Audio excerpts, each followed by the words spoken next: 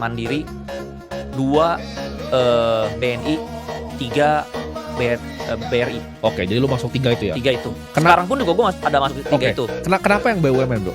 Nah, ini gue ada pertanyaan yang unik nih. Kalau netizen tanyanya biasa sama. Mereka pengen tahu sahamnya apa. Kalau misalnya gue bikin pertanyaan lebih unik. Lu cuma boleh pilih 3 saham. Cuman gak boleh lu trade dalam setahun. Lu harus holdnya 10 tahun. Holdnya 10 tahun ya? 10 tahun. Kira-kira apa? Ya ini di sekarang, di pikiran lu aja. Tapi gue udah kondisi kaya seperti sekarang. Iya, kondisinya lu kaya seperti sekarang. Kaya seperti sekarang gue masuknya blue chip.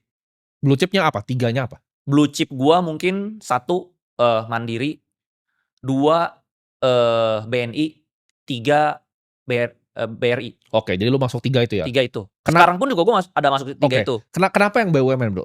Bukannya berbahaya ketika misalnya let's say ini gue ngomong Wakanda ya, pemerintah Wakanda tiba-tiba mau hapus mikro punya loan. Itu kan pasti asing hilang semua. Karena gue merasa pertama dividennya itu udah gede banget.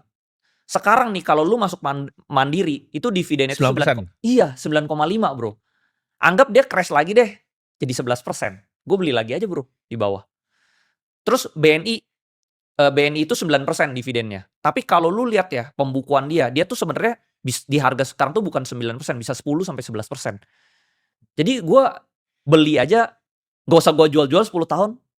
Let's say gue sih ada masuk ya, gue ada masuk ratusan M. Lu anggap jelek-jelek deh, cepet aja. Cepet M aja lu bego-bego 10 M bro. 10% itu 10 M setiap tahun. Tapi lu gak mau ngincar capital gain. Karena kalau kita lihat dari Mandiri sama BRI sendiri, BRI kan earningsnya nih mulai turun kalau kita lihat. Labanya nih kayaknya forecast ke depannya makin turun dia. Tapi, lu gak ada concern soal itu? Enggak, gue merasa si Danantara ini pasti ngerapiin kali ya. Tapi gue memang gedenya bukan di BRI sih. Gue gedenya itu di Mandiri. Mandiri itu lebih corporate. Kalau BRI itu lebih yang middle to low ya. Jadi gue emang lebih high-nya tuh di Mandiri sama BNI. Karena dua-dua ini corporate. Nah jadi corporate masih aman kan. Jadi gue bego-bego nih. Terus udah gitu bro, ini kan kita podcast bulan Desember ya. Dia tuh bagi dividen bulan Maret bro. Berarti Januari, Februari, 3 bulan lagi kita dapat 10%. Bego-bego doang bro. Jadi gue itu sih. Terus mungkin ada jeleknya, misalnya ketakutannya misalnya bulan Desember ini ada outflow ya dari asing. Misalnya MSCI dirubah, lalu asing keluar, pasti yang terdampak kan mungkin blue chip terdampak kan, outflow kan. Terus dia jadi 12% misal dividennya. Sikat lagi bro, lebih banyak. Lu gak usah kerja bro.